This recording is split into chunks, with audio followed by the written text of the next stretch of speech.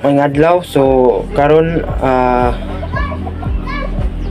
atong panagisgutan o ako i-discuss sa inyo about the chapter 4, the introduction of chapter 4 of War Extension by Arnold P. Alamon, which talk about the American benevolence and shifting mode of production in the agricultural Bukidnon or in the Bukidnon agriculture. So the War of Extinction by Arnold P. Alamon, it's talk about the story life of the indigenous people in the in Mindanao, the most oppressed and discriminate sector in the country, the Lumad people. So sa ani nga book sa chapter 4, since the topic of this book is divided into the several groups, so we are the group that assigned to discuss the chapter 4. So the chapter 4 of this book is about the American benevolence and shifting mode of production. So there is account which is gina-describe sa America and gina-reveal nila kung unsa ilang entry, kung unsa ilang pagpasulod sa Bukidnon, unsa ilang pagpasulod sa Bukidnon gamit ang benevolence credo. Credo means it is a fix of belief or principles that guide someone to do something. So sa ani, according to an official report submitted to the Philippine Commission,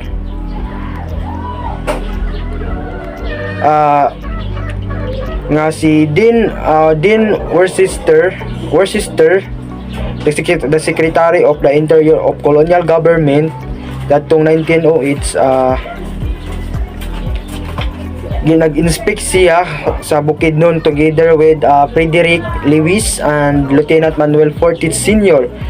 So ato nga time, atong 1908, na ato sila sa Bukidnon, gi-inspect nila. So nag-inspect sila dito, which is na-discovered nila nga ang mga native people, na-discovered nila nga ang mga native people is gina-take advantage sa mga lowlanders, which is mga underhanded and unusurious nga mga practices sa traders sa lowlanders, which is ginailad ang mga native people, mga lumad people sa Bukidnon, and then ginapatungan ilang mga goods sa maaning abaka ug uban pa nila nga mga produkto. So daani gina-describe sa American nga the most oppressed and discriminate is the non-Christian Filipino people, which is the lumad, the most oppressed and discriminate. So na-discover nila ani nga mostly nga mga lowlanders gikan sa Cagayan de Oro City is nagamit sila threat, force, and brainwashing of gun to force them to sell their crop or mga abaka nga ilang mga goods gikan sa bukid nga ibaligya sila sa barato. So gipang-ilad gid sila. So ani the American delegates or nag-order din nila nga to actively occupy the Bukidnon. The American officials were properly aghast and noted that the non-Christian Filipinos were probably the most robbed and oppressed by the lowland traders. To free the natives from the bondage of such relationship, the American delegation ordered the active occupations of the province of Bukidnon by the colonial government. This account reveals the pretext to the entry of American business interests into the province of Bukidnon, done in guess after protecting the interest of the native population. Apart from the coercive trading practices, it is also interesting to note that according to the same account, the natives also suffered under the feudal relationship they had with the landlords, were the mostly based in the coastal towns of Misamis of Pagandiro. The account dissolves as well that the natives justified mainly in hillside Sweden farming where they planted the root crops and relied on the trade of alpaca.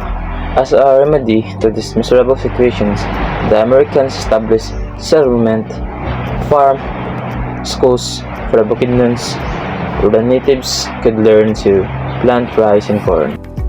As cash crops from where dependable supply food can be sourced from 16,881 cabins of corn harvested in 1918, the output increased to the 145,894 cabins by 1939.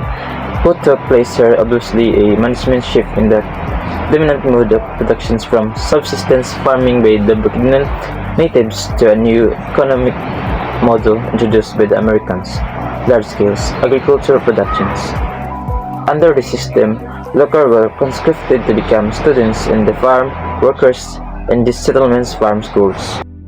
The entry of these capitalist relations under the benevolent patronage of the American masters transformed the local economy and further sutured the local indigenous populations into the workings of the new economic order as it responded to the demand for cheap raw materials for the industries such as corn and timber and rice for the local food supply.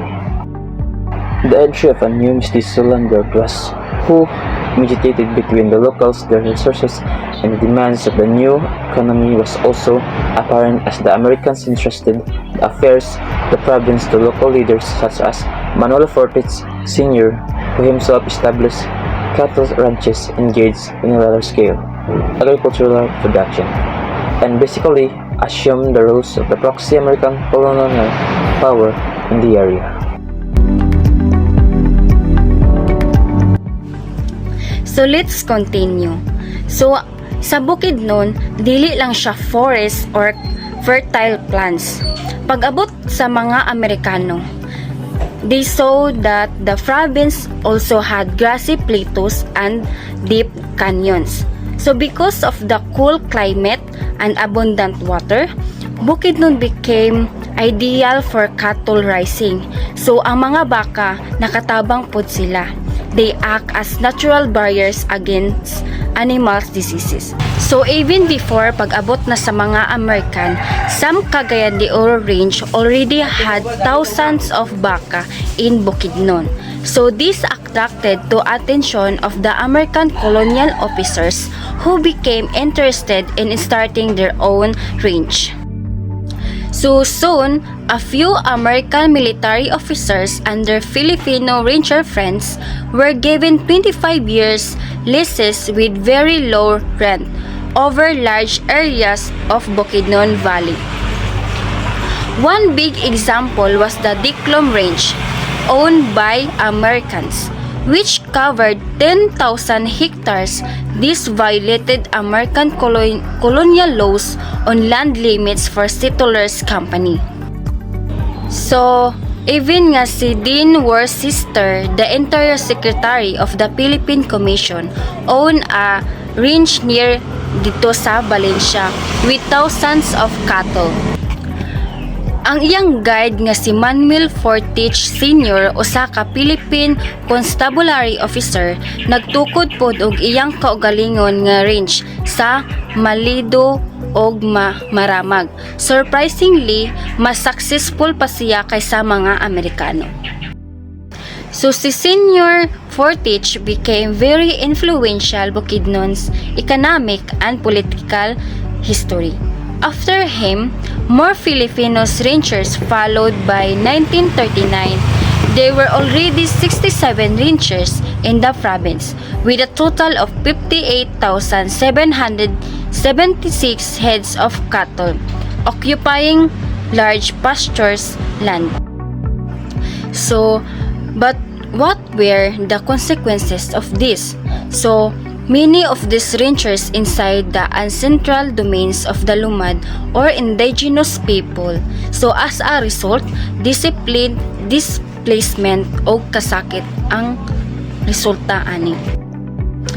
So rangers forced of wide areas of land, and they wanted that trespassers would be captured or even shot. So, ang mga Lumad, nahimo silang victims of violence from private armed guards of cowboys of the ranchers. Tungod ani lisod na para sa mga lumad nga makadungog sa ilang mga water sources or farmlands nga ilang gigamit for many centuries. Pineapple plantation and Del Monte. In 1928, Philippine Packing Corporation or Del Monte begins operations. So in 1928, the Philippine Packing Corporation, now known as Del Monte, nagsugod ni sa ilang operasyon sa Bukidnon, Mindanao. They built a pineapple plantation and processing plant, becoming one of the first and largest pineapple producers in the country. So this was part of their plan to become a leading exporter of pineapples.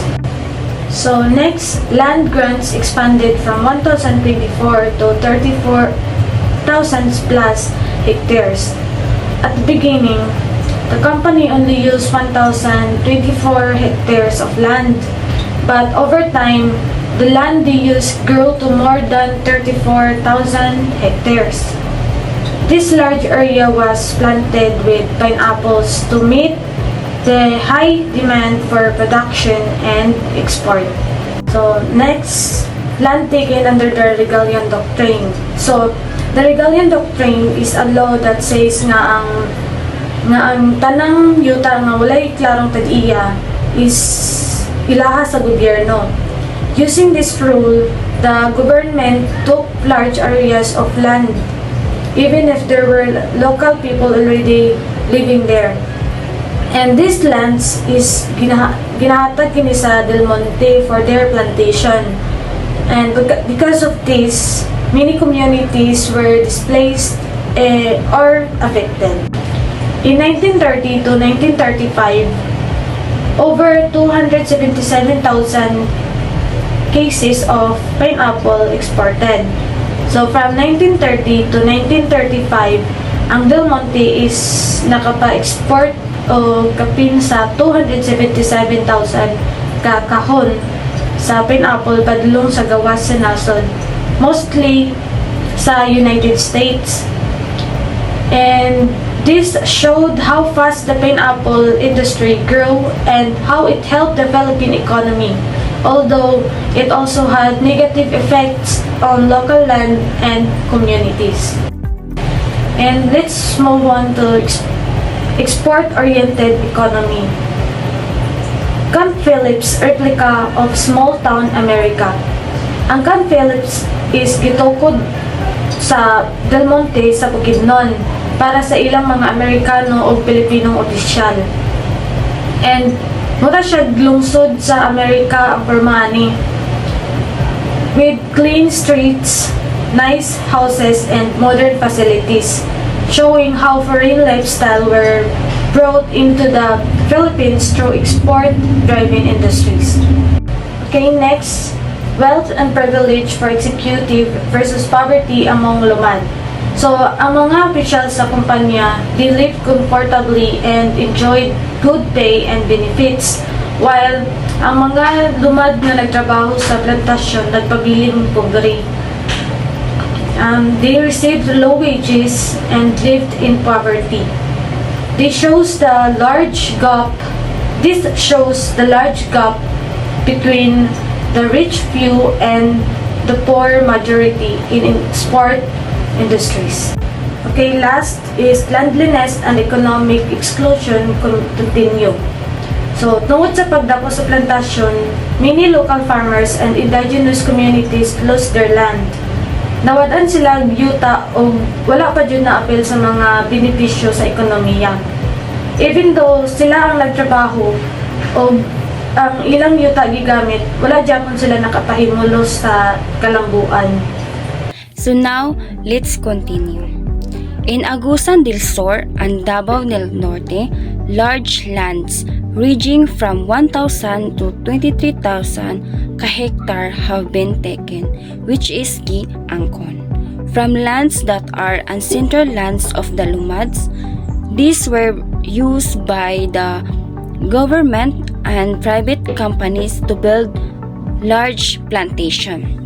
So, according to Miklat Cagayan 1993 and Gaspar 2000, ang mga lumad daw kuno kay wala hatagi og hustisya. They were not asked for consent, yet their central lands were taken. Sa South Cotabato, niabot pod ang usa ka transnation nga kumpanya, ang Dolly Philippines, niadtong 1964.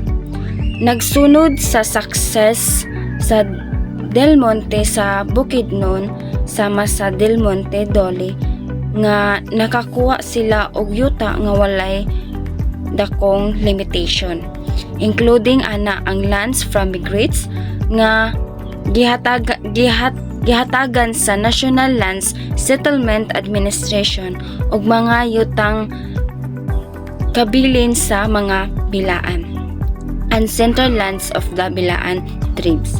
So karon ang mga bilaan is still fighting to reclaim their lands. Dugay ra kaayo ang ilang pagpatigbatok nga makuha gyud ang ilahang yuta. At present, there is also an ongoing expansion of large-scale agricultural plantations in Mindanao which have encroached upon areas of traditional food crops such as rice and corn. An estimated 300,000 hectares of land have been planted for export with monocrops such as banana, pineapple, coffee, sugarcane, rubber, and palm oil. This number will continue to grow as the impulse to secure large-scale profit relies on ever-growing economies of scale. Panalipton, 2014.